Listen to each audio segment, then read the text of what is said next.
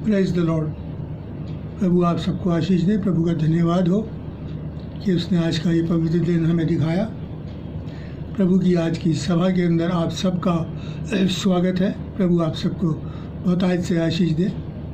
हम वचन में चलेंगे। हम पढ़ेंगे पहला कुरिन्थियों उसका पहला अध्याय और 26 से 31 आयत। और यहाँ पर परमेश्वर का वचन हमको बताता है, हे भाइयों, अपने बुलाए जाने को तो सोचो कि ना शरीर के अनुसार बहुत ज्ञानवान और ना बहुत सामर्थी और ना बहुत कुलीन बुलाए गए हैं, परंतु परमेश्वर ने जगत के मूर्खों को चुन लिया कि वो ज्ञानवानों को लज्जित करें, और परमेश्वर ने जगत के निर्बलों को चुन लिया कि वो बलवानों को लज्जित करें, और परमेश्वर ने जगत के नीचों और तुच्छों को वरन जो है भी नहीं उनको चुन लिया कि उन्हें जो है व्यर्थ ठहराए, ताकि कोई प्राणी परमेश्वर के सामने घमंड ना करने पाए, परंतु उसी की ओर से तुम मसीह में हो, जो परमेश्वर की ओर से हमारे लिए ज्ञान ठहरा, अर्थात धर्म और पवित्रता और छुटकारा, ताकि जैसा लिखा है वैसा ही हो, जो घमंड करे वो प्रभु में करे।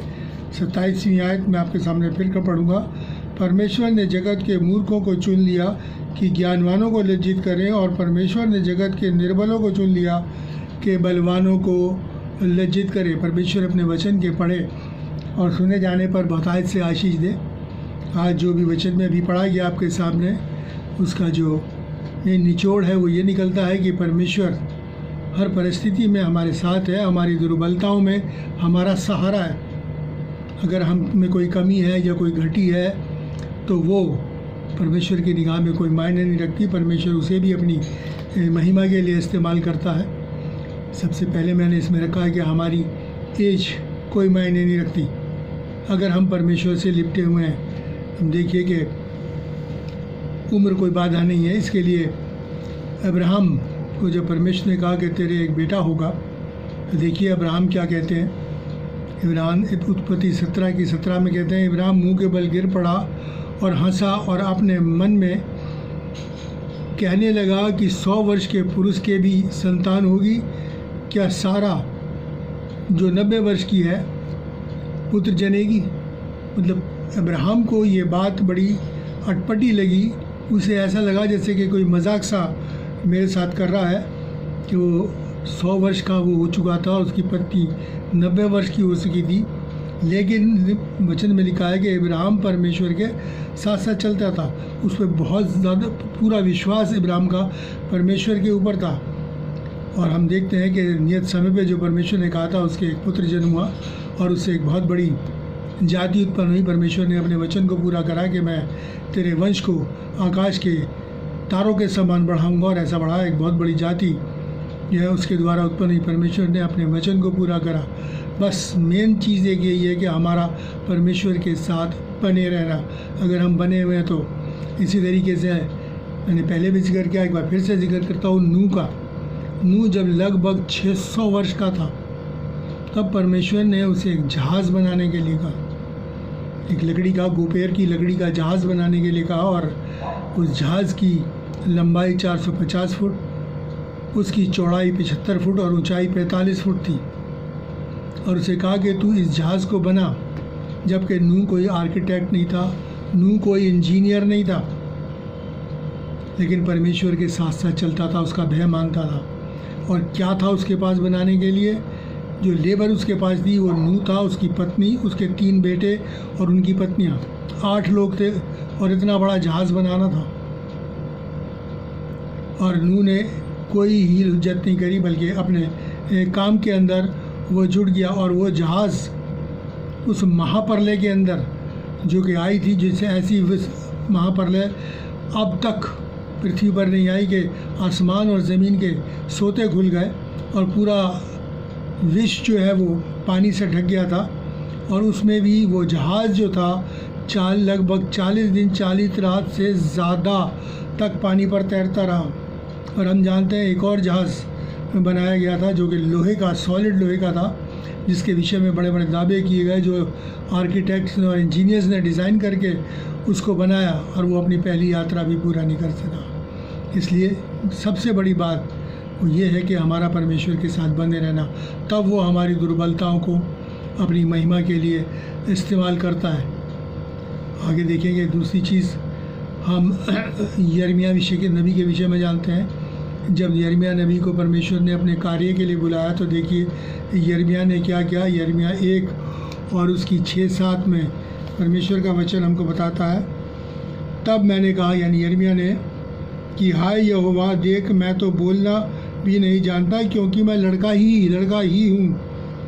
परंतु यहोवा ने उससे कहा, मत कह के तू लड़का है, क्योंकि जिस किसी के पास मैं तुझे भेजूँगा वहाँ तू जाएगा और जो कुछ मैं तुझे आज्ञा दूंगा वो तू करेगा। मत कह के तू लड़का है। ये देख के तेरा बुलाने वाला कौन है? सच्चा और जीवता परमेश्वर। जो मैं तुझे कहूँगा वो तू करेगा, क्योंकि मैं तेरे साथ हूँ। और यिर्मयाह लड़कपन से ही परमेश्वर के साथ से चलता था।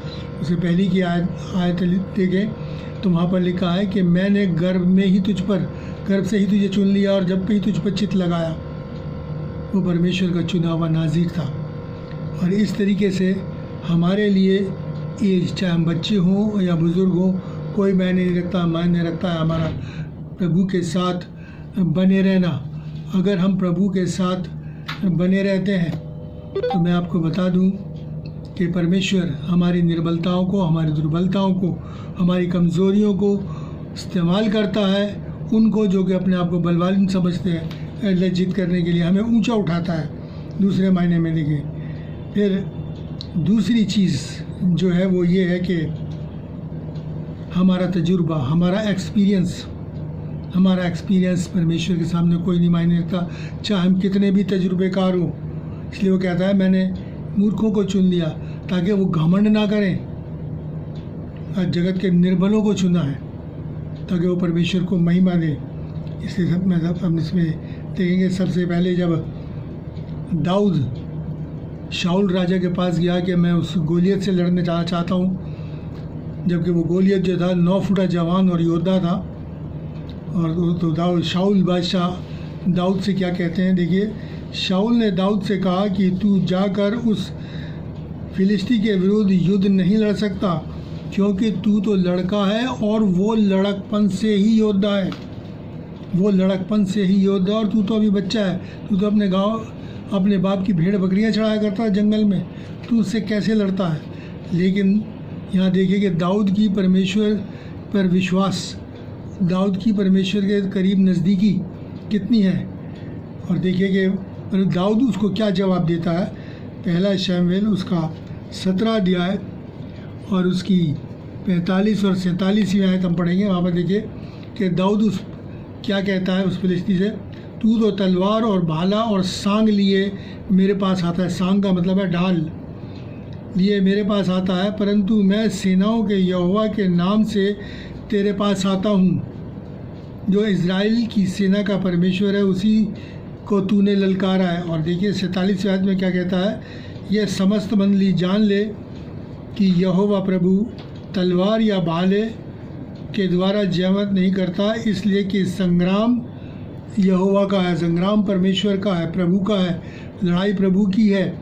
अगर वो हमें किसी काम के लिए इस्तेमाल करता है तो बेचता है, तो हमारे साथ वो लड़ता है, हमारी बैक पे वो खड़ा है। संग्राम यहोवा का है। वो कहता है भाले ढाल वाल इतनी बड़ी सेना लेकर आए, इसका कोई मतलब नहीं। और आप जानते हैं, मैं आपको बता दूं कि जब वो उस 9 फुटे योद्धा को मारने के लिए गया जिसके पीछे एक बहुत बड़ी फिलिस्तियों की सेना खड़ी थी, तो दाऊद के पास क्या था? दाऊद के पास एक गुलेल यानी गुफन, 5 पत्थर और एक लाठी। इससे वो लड़ गया और उसमें उसने जय प्राप्त करी उस योद्धा के ऊपर। यह है परमेश्वर का कार्य। इसीलिए परमेश्वर ने कहा है कि मैंने जगत के निर्बलों को चुन लिया है ताकि बलवानों को लज्जित करें। क्यों? क्योंकि दाऊद परमेश्वर के साथ बना रहता था। निरंतर परमेश्वर प्रभु उसके जीवन में, उसके मन में समाया रहता था। और इसीलिए परमेश्वर जो जब हमें इस्तेमाल करता है तो संग्राम परमेश्वर का होता है। तीसरी चीज़, हमारा जेंडर यानी हमारा लिंग, हमारा स्त्री या पुरुष होना परमेश्वर की निगाह में कोई मायने नहीं रखता, क्योंकि वो हमको समान दृष्टि से देखता है। बिल्कुल समान दृष्टि में, उसकी निगाह में हम सब एक हैं। देखिए परमेश्वर का वचन क्या क्या कहता है। आगे मैं दो एक बारे में उदाहरण आपको बताता हूँ। एस्तर, बाइबल में एक एस्तर का जिक्र है, इसकी पुस्तक है, आप उसमें पढ़ सकते हैं। एस्तर की पुस्तक में एस्तर एक बिल्कुल आम लड़की थी। कोई उसके परिवार में ऐसा प्रतिष्ठित या ऊंचे दर्ज का कोई व्यक्ति नहीं था, बिल्कुल आम लड़की थी। लेकिन परमेश्वर ने बड़ी अद्भुत रीति से उसे चुना और चुना के उसे उस देश के राजा की रानी बनाया।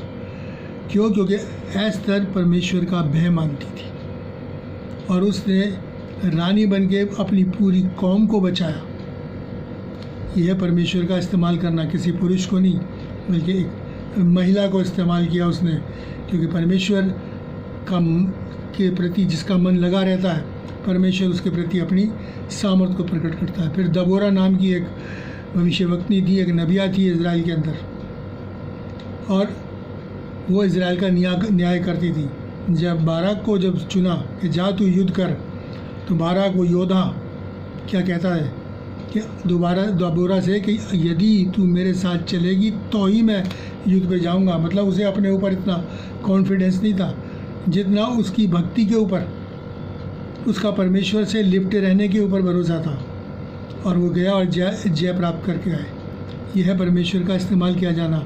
और इसीलिए देखिए परमेश्वर इस विषय में और हमको क्या बताते हैं। पहला पत्रस उसका 3 और 7 हम देखेंगे परमेश्वर का वचन उसमें क्या कहता है। पहला पत्रस 3:7 में लिखा है, वैसे ही हे पतियों तुम भी बुद्धिमानी से पत्नियों के साथ जीवन का निर्वाह करो और स्त्री को निर्बल पात जानकर उसका आदर करो, यह समझकर कि हम दोनों जीवन के वरदान के वारिस हैं और जिससे तुम्हारी प्रार्थना रुक न जाए। हे पतियों, पत्नी का आदर करो, बुद्धिमानी से पत्नी के साथ जीवन निर्वाह करो और निर्बल बात जानकर उसका आदर करो। अगर और क्योंकि वो कहता है कि तुम दोनों जीवन के वारिस हो, जीवन के वरदान के वारिस हो, उस अनंत जीवन के वारिस हो। ऐसा नहीं है कि पुरुष को खास दर्जा और स्त्री को कुछ, तुम दोनों ही जीवन के वरदान के वारिस हो। और एक बात और ऐड करते हैं प्रभु, वो कहते हैं कि ऐसा ना हो जैसे तुम्हारी प्रार्थना, अगर तुम्हारा रिलेशन ठीक नहीं है, अगर तुम अपनी पत्नी को आदर नहीं देते हो और अपनी पत्नी के साथ दुर्व्यवहार करते हो, तो तुम ये सोच लो कि तुम्हारी प्रार्थनाएं जो है वो ऊपर नहीं सुनी जाएंगी। ये है परमेश्वर की दृष्टि के अंदर महिला का आदर। इसलिए वो इस बात को हमें हिदायत दिया, उसने कहा भी है कि अपनी पत्नी से अपने समान प्रेम कर। और देखेंगे परमेश्वर का वचन क्या कहता है। अगर हम गलतियों 3 और उसकी 28 आयत को पढ़ें तो देखिए यहाँ परमेश्वर का वचन और सफाई से इस बात को कहता है, अब ना कोई यहूदीरा, ना यूनानी, ना कोई दास, ना स्वतंत्र, ना कोई नर, ना कोई नारी, क्योंकि तुम मसीह यीशु में एक हो। ना कोई नर, ना कोई नारी, क्योंकि तुम मसीह यीशु में एक हो। वो हमें एक निगाह से देखता है। ये परमेश्वर का कार्य है, ये परमेश्वर की सोच है हमारे विषय में। लेकिन हमारी सोच क्या है, उसको सुधारने के लिए परमेश्वर ने ये वचन दिया है। और देखिए लूका 20 और 36 के अंदर वो कहता है कि वहाँ पर उस स्वर्ग के राज्य में स्त्री पुरुष नहीं होंगे। उसमें लिखा है हम सब स्वर्गदूतों के समान होंगे। वहाँ शादी ब्याह वगैरह कुछ नहीं होंगे, हम स्वर्गदूतों के समान होंगे, एक समानता होगी। इसलिए इस बात को ध्यान में रखते हुए परमेश्वर से लिपटे रहो और परमेश्वर के वचन के अनुसार अपने जीवन का निर्वाह करना है। फिर जो चौथी चीज़ है वो ये कि हमारे शरीर के विकार, अगर हमारे शरीर में कोई विकार है तो वो कोई अहमियत नहीं रखता, कोई मायने नहीं रखता परमेश्वर की दृष्टि के अंदर। बस जो मायने रखता है वो ये कि हम परमेश्वर की कितनी नज़दीकी में हैं, हम परमेश्वर के वचन के अनुसार जीवन का निर्वाह कर रहे हैं या नहीं। देखिए जब मूसा को परमेश्वर ने बुलाया कि जा तू मेरी कौम को छुड़ा के ला, तब परमेश्वर क्या कहते हैं मूसा से, लिखा हम पढ़ेंगे निर्गमन 4 और उसकी 10 से 12। निर्गमन 4 और उसकी 10 से 12। देखिए परमेश्वर क्या कहते हैं यहाँ पर 10 में क्या है। मूसा ने यहोवा से कहा, हे मेरे प्रभु, मैं बोलने में निपुण नहीं, ना तो मैं पहले था और ना जब से तू अपने दास से बातें करने लगा। मैं तो मुँह और जीभ का बद्दा हूँ। तब यहोवा परमेश्वर ने कहा, मनुष्य का मुंह किसने बनाया है? मनुष्य को गूंगा या बहरा देखने वाला या अंधा मुझ यहोवा के छोड़ और कोई बनाता है। जा, मैं तेरे मुख के संग होकर जो तुझे कहना होगा वो तुझे सिखलाऊंगा। जब हमें गूंगा बहरा ये कौन बनाता है? परमेश्वर कहता है मैं ही बनाता हूँ। लेकिन ऐसी बात नहीं है, लेकिन जो परमेश्वर से लिपटा रहता है, क्योंकि मूसा ने उस तमाम मिस्र के राजपाट को प्रभु यीशु मसीह के साथ के लिए छोड़ दिया था, और इसलिए वो परमेश्वर से लिपटा हुआ था। तो इसलिए परमेश्वर ने उसको इस्तेमाल किया। उसके विकार के लिए भी कहता है मैं तेरे साथ हूँ, तू जा, मैं बताऊँगा तुझे क्या कहना है और क्या नहीं करना। और इसी तरीके से एक और विशेष बात मैं आपके सामने रखता हूँ किन्नरों के बारे में, जिन्हें बाइबल के अंदर खोजा कहा गया। हम हमारी भाषा में यहाँ पर इस संसार में उन्हें किन्नर बोलते हैं, लेकिन बाइबल में उनको खोजा नाम दिया गया है। और परमेश्वर उनसे भी बहुत बहुत बहुत प्यार करता है। और देखिए कि एक बड़ी योजना परमेश्वर की है उनके लिए भी, क्योंकि परमेश्वर कहता है ऐसा मैं बनाने वाला कौन है? मैं बनाता हूँ। और जब वो बनाता है तो इसका मतलब ये है कि उन्हें छोड़ नहीं देता, उन पर पूरी निगाह रखता है। और परमेश्वर अपने वचन में क्या कहता है, उस प्रेम से वशीभूत होकर जो परमेश्वर हर एक से करता है। देखिए हम पढ़ेंगे यशाया उसका 56 और 3 से 5, यशाया 56 और 3 से 5 में यहाँ पर लिखा हुआ है कि और खोजे भी ना कहें कि हम तो सूखे वृक्ष हैं, क्योंकि जो खोजा मेरे विश्राम दिन को मानते हैं, जो खोजे मेरे विश्राम दिन को मानते हैं और जिस बात से मैं प्रसन्न रहता हूँ उसी को अपनाते हैं और मेरी वाचा का पालन करते हैं। यहोवा यूँ कहता है मैं अपने भवन और अपनी शहरपनाह के भीतर उनको ऐसा नाम दूंगा जो पुत्र और पुत्रियों से कहीं उत्तम होगा। मैं उनका नाम सदा बनाए रखूँगा और वो कभी मिटाया नहीं जाएगा। कौन? जो खोजे, जो किन्नर परमेश्वर के वचन के अनुसार जीवन व्यतीत करते हैं और जो उसे भाता है वो करते हैं। वो कहता है वो मेरे लिए पुत्र और पुत्रियों से भी बढ़कर होंगे, हमसे बढ़कर होंगे। ऐसा नाम दूंगा जो सब उनसे सबसे बड़ा होगा और वो सर्वदा बना रहेगा और कोई उसको मिटाया नहीं जाएगा।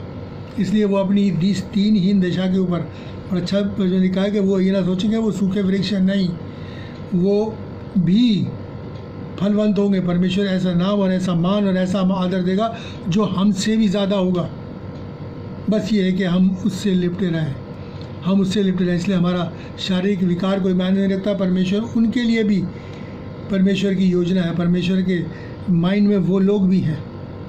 ऐसा ना सोचे कि वो डिस्कार्डेड है या परमेश्वर ने तो हमारे साथ बड़ा अन्याय किया। नहीं, जो रिवॉर्ड उनको मिलेगा वो बहुत बड़ा होगा, बहुत उत्तम होगा, क्योंकि परमेश्वर उनसे प्यार करता है। और देखिए एक प्रेरितों के काम और उसके 8वें अध्याय में जिक्र है एक खोजे का, जो कि एक रानी का खजांची था।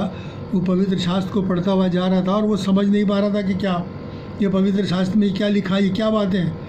तब प्रभु ने अपने दास फिलिप्पुस को भेजा उसके पास, और वो उसके पास गया। उसने परमेश्वर का वचन उसे समझाया, और जब उसे समझ में आ गया तो उसने कहा कि अब मैं बपतिस्मा लेना चाहता हूँ। और उसने बपतिस्मा लिया और वो परमेश्वर के राज्य का शरीक हुआ, उस अनंत जीवन का भागी हुआ। वो खोजा होने के कारण रिजेक्ट नहीं किया गया, बल्कि उस अनंत जीवन का भागी हुआ। और परमेश्वर ने एक बड़ी योजना जैसे बनाई है, उसके अनुसार वो इंसान, क्योंकि वो परमेश्वर की अनुसार चल रहा था, जैसे वचन में लिखा है कि वो खोजा जो था जैसा परमेश्वर को भाता है वो वैसा ही कर रहा था, और इसलिए वो चुना गया, वो चुना हुआ पात्र बन गया परमेश्वर का बहुत बहुत धन्यवाद हो। और आगे देखें इस पर बात को परमेश्वर और ज़्यादा खुलासा करते हैं। पहला कुरिन्थियों उसका 7, 20 और 23-24 में परमेश्वर का वचन हमको क्या बताता है। पहला कुरिन्थियों 7 उसका 20 पहले मैं पढ़ूँगा। वहाँ पर लिखा है, हर एक जिस दिशा में बुलाया गया हो उसी दिशा में रहे। जिस दिशा में बुलाया गया हो उसी दिशा में रहे। तुम दाम लेकर मोल लिए गए हो और मनुष्य के दास न बनो। हे भाइयों, जो कोई जिस दिशा में बुलाया गया है वो उसी में परमेश्वर के साथ रहे। बस परमेश्वर से लिपटे रहो, बाकी कार्य परमेश्वर आपके लिए करेगा। क्योंकि परमेश्वर के वचन में कहा, ये वर्ष अक्सर नोट करता हूँ, पहले इतिहास के अंदर है, इसमें लिखा है कि परमेश्वर की दृष्टि सारी पृथ्वी पर ढूंढती है कि जिस किसी का मन उसके प्रति निष्कपट हो, वो उसके प्रति अपनी सामर्थ्य को प्रकट करे। इसलिए जैसे हो वैसे बने रहो, लेकिन परमेश्वर में बने रहो। तो परमेश्वर अपना कार्य उनके लिए करेगा। परमेश्वर हर एक को देखता है, उसकी सामने सब चीज़ें बेपर्दा है, वो उसकी आंखें हर एक को जानती हैं। और देखिए फिलिप्पियों 3 और उसकी 21 में इससे भी बड़ी बात परमेश्वर हमारे लिए कहते हैं। फिलिप्पियों 3 और 21 में लिखा है कि वो अपनी शक्ति के प्रभाव के अनुसार जिसके द्वारा वह सब वस्तुओं को अपने वश में कर सकता है, हमारी दीनहीन देह का रूप बदलकर अपनी महिमा की देह के अनुकूल बना देगा। हमारी दीनहीन देह का रूप बदलकर अपनी महिमा की देह के अनुकूल बना देगा। इसलिए वचन में लिखा है कि जब वो आएगा तो हम उसके समान होंगे। परमेश्वर प्रभु यीशु मसीह के समान होंगे। कितनी बड़ी बात और कितना बड़ा रिवॉर्ड है कि हम उसके समान होंगे। जैसा हम बनाए गए थे वैसे ही हम उसके समान होंगे। ये परमेश्वर का वायदा है और वो पूरा करेगा। लेकिन हमारा सिर्फ एक ही बात है कि हमें परमेश्वर से लिपटे रहना है। फिर हमारा जो पास्ट है, हमारा भूतकाल जो है, वो कोई मायने नहीं रखता। अगर हम प्रभु की तरफ मुड़ जाते हैं, प्रभु आ जाते हैं, तो वो हमारे इस भूतकाल को, हमारे पास्ट को क्षमा करता है, अपने पीछे फेंक देता है और हमें एक नई सृष्टि बना देता है। पौलुस को हम जानते हैं। पौलुस क्या था? पौलुस कलीसिया का सताने वाला मसीह विरोधी था। लेकिन जब वो प्रभु यीशु मसीह की ओर फिरा तो वो क्या करता है? परमेश्वर प्रभु यीशु मसीह के लिए अपने प्राण देने के लिए भी तैयार रहता है। यह कार्य, और कितना बड़ा वरदान उसके पास था कि उसकी देह से रूमाल और अंगोचे छुआ कर बीमारों और दुष्टात्माओं से ग्रस्त लोगों पर डाल दिए जाते थे, तो बीमार चंगे होते थे और दुष्टात्माएं छोड़ के चली आती थी और वो तीसरे आसमान तक उठाया गया। ये वरदान उसे मिला परमेश्वर के साथ लिप्टे रहने के लिए। और हम जानते हैं कि उस व्यभिचारिणी स्त्री को, जिसको के पथराव करने के लिए लोग लाए थे, वो परमेश्वर प्रभु यीशु मसीह के चरणों में आई। प्रभु ने कहा, तेरे पाप क्षमा हुए, या फिर पाप ना करना, और वो अनंत जीवन की भागी हुई। फिर हम जानते हैं एक और महिला के लिए, मरियम मगदलिनी, जिसमें से प्रभु ने 7 दुष्ट आत्माएं निकाली थी, उसका पास ख़त्म कर दिया और अब वो परमेश्वर की भक्तनी थी, परमेश्वर की जन थी, उसका चुना हुआ पात्र था। और वचन में लिखा है, अगर आप पढ़ना चाहें तो मरकुस 16:9 में लिखा है कि वो सबसे पहले मरियम मगदलिनी को दिखाई दिया, किसी को नहीं। मरियम मगदलिनी को ये परमेश्वर से उसकी निकटता को प्रकट करता। अगर हम क्या करते हैं ना, परमेश्वर हमारे लिए विशेष कार्य करता है। फिर हम उस व्यक्ति के ऊपर भी गौर करें जो सलीब पर उसके साथ डाकू था। उसने प्रभु यीशु मसीह को ग्रहण किया, पश्चाताप किया कि हम तो अपने पापों की सज़ा भुगत हैं। और प्रभु ने क्या कहा कि आज ही तू मेरे साथ स्वर्गलोक में हो गया। उसका पास्ट ख़त्म हो गया और वो एक नई सृष्टि बन गया, और जो कि नरकीय था वो स्वर्गीय बन गया। ये परमेश्वर की निकटता में, प्रभु यीशु मसीह की निकटता में रहता। और परमेश्वर ने वचन में कहा है कि अगर पाप भी किए होंगे तो वो क्षमा हो जाएंगे अगर प्रभु यीशु मसीह के निकट रहो। आज मेरे और आपके लिए भी ये ऑफ़र खुला है। अगर हम प्रभु यीशु मसीह के निकटता के अंदर आ जाते हैं तो हम भी उस अनंत जीवन के भागी होंगे। फिर छठी चीज़ जो ये है कि वो किसी भी जाति, भाषा, कुल, धर्म कोई मायने नहीं रखता। परमेश्वर का वचन बड़ी सफाई से कहता है। हम पढ़े प्रेरितों के काम और उसका 10वां अध्याय, प्रेरितों के काम और उसका 10वां अध्याय। देखिए परमेश्वर का वचन यहाँ पर हमें क्या बताता है। प्रेरितों के काम 10 अध्याय में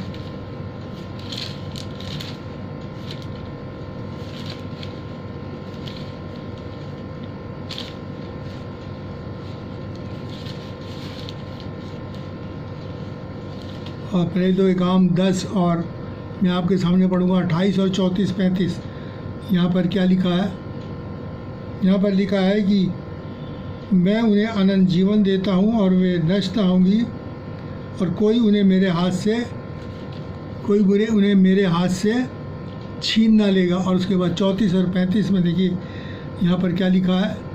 यहाँ लिखा, यीशु ने उत्तर दिया, क्या तुम्हारी व्यवस्था में यह नहीं लिखा कि मैंने कहा कि तुम ईश्वर हो? यदि उन्होंने उन्हें ईश्वर कहा है तो परमेश्वर का वचन ये पहुँचा और पवित्र शास्त्र की बात असत्य नहीं हो सकती। पवित्र शास्त्र की बात असत्य नहीं हो सकती है। पवित्र गलत प्रेरितों के काम 10 और उसकी 28। जी हाँ, प्रेरितों के काम 10 और उसके 28 में लिखा है,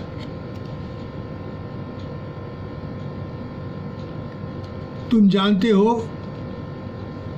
कि किसी मनुष्य को, पतरस कहते हैं कि किसी मनुष्य को अपवित्र या अशुद्ध ना कहूँ, किसी मनुष्य को पवित्र और अशुद्ध ना कहूँ। ये परमेश्वर का वचन है। 34-35 में कहता है कि अब मुझे निश्चय हुआ है कि परमेश्वर किसी का पक्षपात नहीं करता, वरन हर एक जाति में जो उसे डरता और धर्म के काम करता है वो उसे भाता है।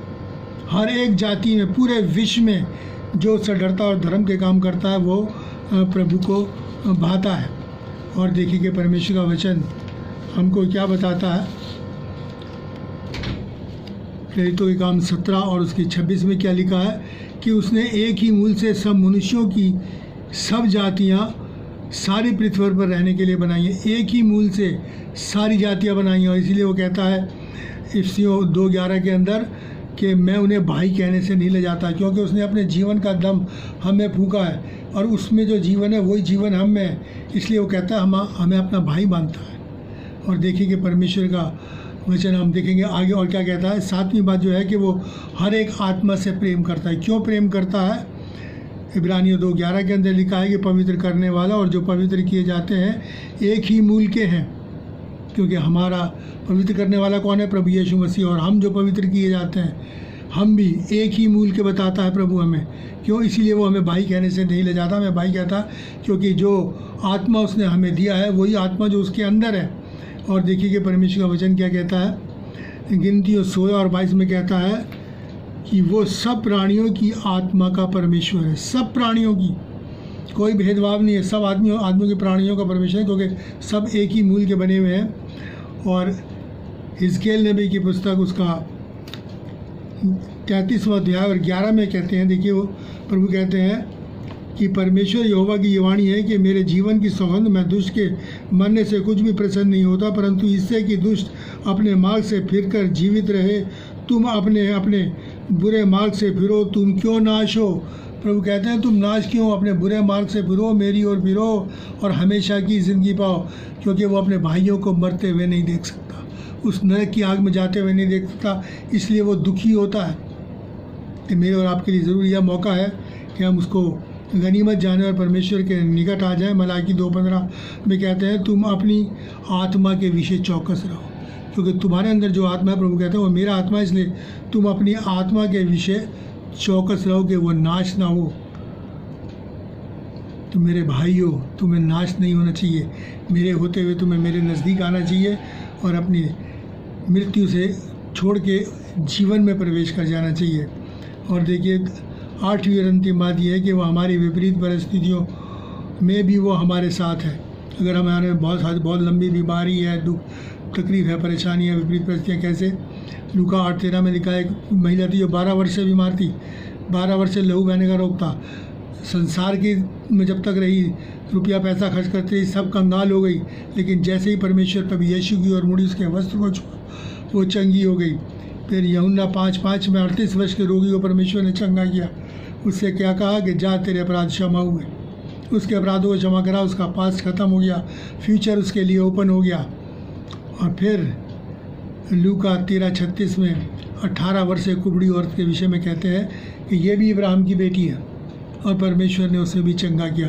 अगर हम किसी लंबी बीमारी से ग्रस्त हैं तो मेरे प्यारे भाई बहनों, निराश हताश ना हो। ये ना सोचे कि परमेश्वर ने हमें त्याग दिया, वो हमें कभी नहीं त्याग देता। उसका ये वायदा है।